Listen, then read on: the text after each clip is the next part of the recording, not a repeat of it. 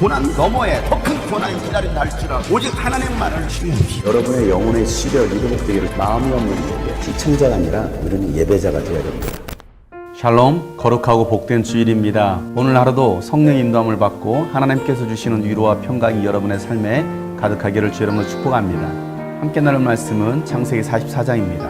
요셉이 집 관리인에게 명령하였다. 저 사람들이 가지고 갈 수 있을 만큼 많이 자루에 곡식을 담으시오. 그들이 가지고 온 돈도 각 사람의 자루 아귀에 넣으시오. 그리고 어린아이의 자루에다가는 곡식값으로 가지고 온 돈과 내가 쓰는 은잔을 함께 넣으시오. 관리인은 요셉이 명령한 대로 하였다. 다음날 동이 뜰 무렵에 그들은 나귀를 이끌고 길을 나섰다. 그들이 아직 그 성읍에서 얼마 가지 않았을 때에 요셉이 자기 집 관리인에게 말하였다. 빨리 저 사람들의 뒤를 쫓아가시오. 그들을 따라잡거든 그들에게 너희는 왜 선을 악으로 갚느냐? 어찌하려고 은잔을 훔쳐가느냐? 그것은 우리 주인께서 마실 때에 쓰는 잔이요 점을 치실 때에 쓰는 자인 줄을 몰랐느냐? 너희가 이런 일을 저지르다니 매우 고약하구나 하고 호통을 치시오. 관리인이 그들을 따라잡고서 요셉이 시킨 말을 그들에게 그대로 하면서 호통을 쳤다. 그러자 그들이 그에게 말하였다. 어찌하여 그런 말씀을 하십니까? 소인들 가운데는 그런 일을 저지를 사람이 하나도 없습니다. 지난번 자루 아귀에서 나온 돈을 되돌려 드리려고 가나안 땅에서 여기까지 가지고 오지 않았습니까? 그런데 어떻게 우리가 그대의 상전댁에 있는 은이나 금을 훔친다는 말입니까? 소인들 가운데서 어느 누구에게서라도 그것이 나오면 그를 죽여도 좋습니다. 그리고 나머지 우리는 주인의 종이 되겠습니다. 그가 말하였다. 그렇다면 좋소. 당신들이 말한 대로 합시다. 그러나 누구에게서든지 그것이 나오면 그 사람만이 우리 주인의 종이 되고 당신들 나머지 사람들에게는 죄가 없어. 그들은 얼른 각자의 자루를 땅에 내려놓고서 풀었다. 관리인이 맏아들의 자루부터 시작하여 막내 아들의 자루까지 뒤지니 그 잔이 베냐민의 자루에서 나왔다. 이것을 보자 그들은 슬픔이 북받쳐서 옷을 찢고 울면서 저마다 나귀의 짐을 다시 싣고 성으로 되돌아갔다.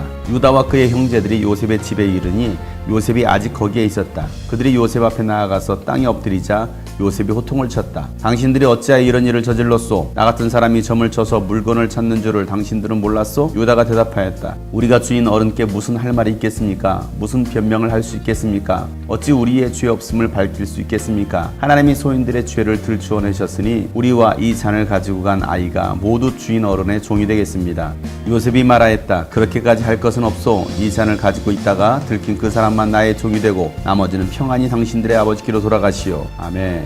요셉의 형제들은 요셉과 함께 만찬을 마치고 다음날 곡식을 가지고 고향으로 돌아가게 됩니다. 그때 요셉은 관리인에게 자루에 곡식도 담고 그들이 가지고 온 돈도 함께 넣으라고 말을 합니다. 그리고 베냐민 자루에는 요셉이 쓰는 은잔도 함께 넣으라고 말을 합니다. 요셉은 지금 형제들을 시험하고 있는 것입니다. 형제들이 얼마나 그 사이에 달라졌는지 아니면 여전히 시기하고 미워하고 질투하고 있는지를 요셉은 시험하고 있는 것입니다. 그들이 성을 빠져나갈 즈음에 요셉은 관리인에게 그들에게 달려가서 왜 은잔을 훔쳐갔느냐, 왜 선을 악으로 갚으려고 하느냐라고 호통을 치라고 말을 합니다. 요셉의 말 속에는 오래전 형들이 요셉에게 행했던 일들을 기억나게 하는 것입니다. 선을 악으로 갚았던 그들의 모습이 있었던 것입니다. 여전히 그들이 선을 악으로 갚고 있는지를 요셉은 보고자 했던 것입니다. 형제들의 성을 빠져나갈 때쯤에 관리인이 뒤쫓아가서 요셉이 시킨 대로 호통을 칩니다.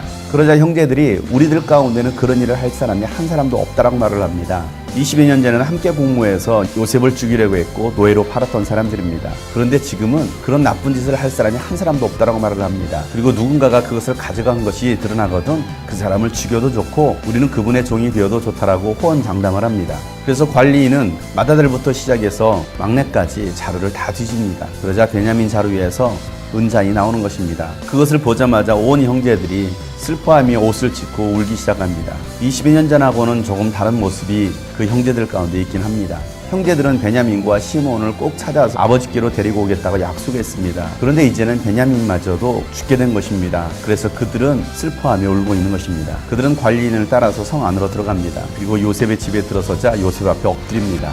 요셉이 호통을 칩니다. 그때 유다가 나서서 말을 합니다. 우리는 할 말도 없고 변명할 말도 없습니다. 어떻게 우리의 죄 없음을 밝힐 수 있겠습니까? 라고 말을 하고 있습니다. 자신들이 죄인임을 고백하는 것입니다. 이 모든 것은 하나님께서 그들의 죄를 다 들춰내신 것이라고 말을 하고 있습니다. 그들은 요셉도 잃어버렸고 이제는 베냐민마저도 죽게 된 그 상황 속에서 자신들의 과거의 죄를 하나님께서 들춰내신다라고 생각했던 것입니다. 그리고는 이제 그들의 죄값으로 당신의 종이 되겠다라고 말을 하고 있습니다. 요셉은 들킨 사람만 나의 종이 되고 당신들은 아버지의 집으로 평안히 가시오 하고 말을 합니다.